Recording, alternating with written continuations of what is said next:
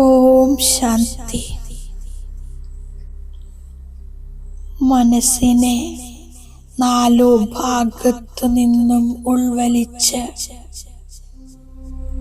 ഞാൻ ഏകാന്തതയിലിരിക്കുന്നു. സ്വയം തന്നെ കാണുന്നു. ഞാൻ ഒരു ചൈതന്യ നക്ഷത്രമാണ്. ഞാൻ ആത്മാവാണ്. ഈ ശരീരത്തിലൂടെ പാർട്ടഭിനയിക്കുന്നു. ഞാൻ അതിമധുരമായ ബാബയുടെ സ്വീറ്റ് ചൈൽഡാണ്.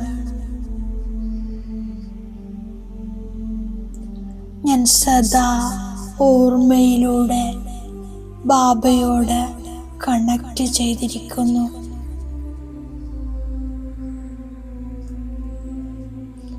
ജ്യോതി സ്വരൂപ നിരാകാർ ശിവ ബാബ പരമധാമത്തിൽ സ്ഥിതി ചെയ്യുന്നു. പ്രകാശത്തിന്റെ തേജപുഞ്ചം സുപ്രീം ജ്യോതി ശിവബാബ എൻ്റെ സത്യമായ ശിക്ഷകനാണ്. സ്വീറ്റ് ബാബ എൻ്റെ സർവ സംബന്ധങ്ങളും അങ്ങയോടാണ്. എൻ്റെ ആധാരം കേവലം ഒരു ബാബയാണ്.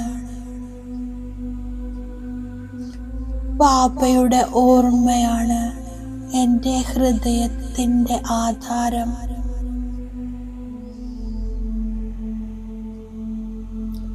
ബാബ അങ്ങയുടെ ഓർമ്മ എൻ്റെ സങ്കല്പങ്ങളെ പവിത്രമാക്കുന്നു. ഞാൻ ആത്മാവിൽ ശക്തി നിറയുന്നു. എൻ്റെ ഉള്ളിൽ ദിവ്യത നിറയുന്നു.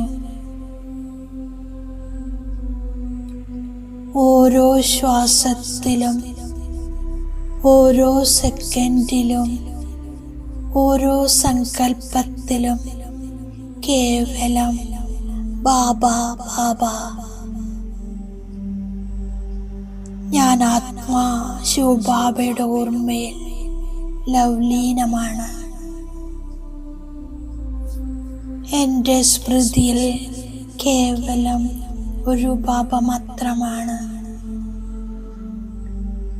എൻ്റെ പരിധിയില്ലാത്ത ബാബ, അങ്ങയുടെ ഓർമ്മ എന്നിൽ പരിധിയില്ലാത്ത സന്തോഷമുണ്ടാക്കുന്നു.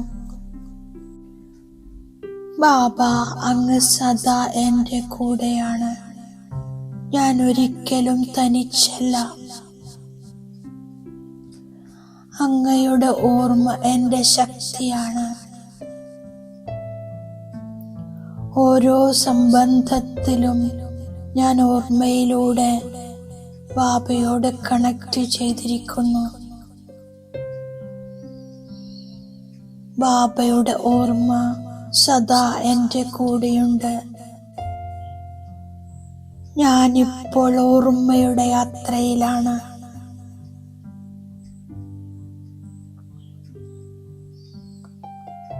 മുഴുവൻ ദിവസവും നടക്കുമ്പോഴും കർമ്മം ചെയ്യുമ്പോഴും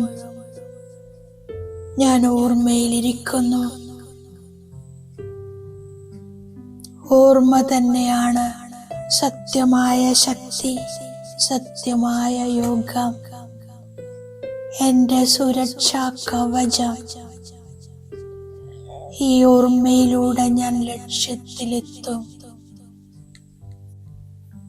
ഞാൻ ദിവസവും രാത്രിയിൽ കണക്ക് പരിശോധിക്കുന്നു. നഷ്ടമൊന്നും ഉണ്ടാകരുത്. അതിനാൽ ഡയറി വയ്ക്കുന്നു. ഞാൻ ഭാഗ്യശാലി ആത്മാവാണ്. ബാബ പറഞ്ഞു തരുന്ന ഓർമ്മയുടെ യുക്തികൾ ഞാൻ ദിവസവും മനസ്സിലാക്കുന്നു. ഏകാന്തതയിലിരുന്ന് ബാബയോട് മധുരമായി സംസാരിക്കുന്നു. ഓർമ്മയുടെ ചാർട്ട് വെക്കുന്നു. അപ്പോൾ എൻ്റെ ഉന്നതി ഉണ്ടാകുന്നു. ബാബ വന്നിരിക്കയാണ് സഹജ രാജയോഗം പഠിപ്പിക്കാൻ. ബാബ പറയുന്നു, ചാർട്ട് എഴുതൂ. അപ്പോൾ ബാബ നോക്കുന്നു ആര് എത്ര ഓർമ്മിക്കുന്നു എന്ന്. ഡയറി വെക്കുമ്പോൾ പേടിയുണ്ടാകുന്നു. നഷ്ടമൊന്നും ഉണ്ടാകരുത്. ബാബയെയും 84 ജന്മങ്ങളുടെ ചക്രത്തെയും ഓർമ്മിക്കുന്നു. ഓർമ്മയിലൂടെ ബാബയിൽ നിന്നും സമ്പത്തെടുക്കുന്നു. ബാബ എല്ലാ നിർദ്ദേശങ്ങളും നൽകുന്നു. സഹജമായ യുക്തി പറഞ്ഞു തരുന്നു. ബാബയെ ഓർമ്മിക്കണം. ശരീരബോധമില്ലാതാക്കണം. ബാബ വന്ന് ജ്ഞാനം നൽകി തിരിച്ചു പോകുന്നു. സ്വയത്തെ ആത്മാവാണെന്ന് മനസ്സിലാക്കി ബാബയെ ഓർമ്മിക്കുന്നതാണ് സമ്പൂർണ്ണ സൈലൻസ്. ബാബയെ എത്രത്തോളം ഓർമ്മിക്കുന്നുവോ അത്രയും കർമ്മേന്ദ്രിയങ്ങൾ ശീതളമാകുന്നു. ബാബ എന്നെ ദേഹി അഭിമാനിയാക്കി മാറ്റുന്നു. ദേഹി അഭിമാനിയാകാൻ പരിശ്രമിക്കുകയാണെങ്കിൽ കർമ്മേന്ദ്രിയങ്ങൾ ചതിക്കില്ല. ഇപ്പോൾ ശ്രീമതത്തിലൂടെ രാജ്യഭാഗ്യം സ്ഥാപിച്ചുകൊണ്ടിരിക്കുന്നു. എല്ലാ ആത്മാക്കളുടെയും പിതാവ് ഒരു ബാബ തന്നെയാണ്. ഒപ്പം രചയിതാവും കൂടിയാണ്. ഞാൻ ഒരു മൂല്യങ്ങളുമില്ലാത്തതിൽ നിന്നും പുരുഷോത്തമനായി മാറുന്നു. മുഖ്യമായ കാര്യം ഓർമ്മയുടേതാണ്. 84 ജന്മങ്ങൾ എടുത്തെടുത്ത് എല്ലാവരും പതിതരായി മാറിയിരിക്കുകയാണ്. ഇപ്പോൾ വീണ്ടും പവിത്രമായി മാറണം. ഇത് നാടകത്തിന്റെ ചക്രമാണ്. ഞാൻ എൻ്റെ ചതിക്കുന്ന കണ്ണുകളെ സിവിലാക്കി മാറ്റുന്നു. ഓർമ്മയിലൂടെ കർമ്മേന്ദ്രിയങ്ങളെ ശീതളമാക്കുന്നു. സദോഗുണിയായി മാറുന്നു.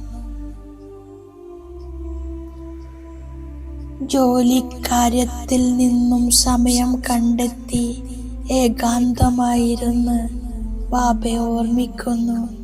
തീർച്ചയായും ചാർട്ട് വെക്കുന്നു.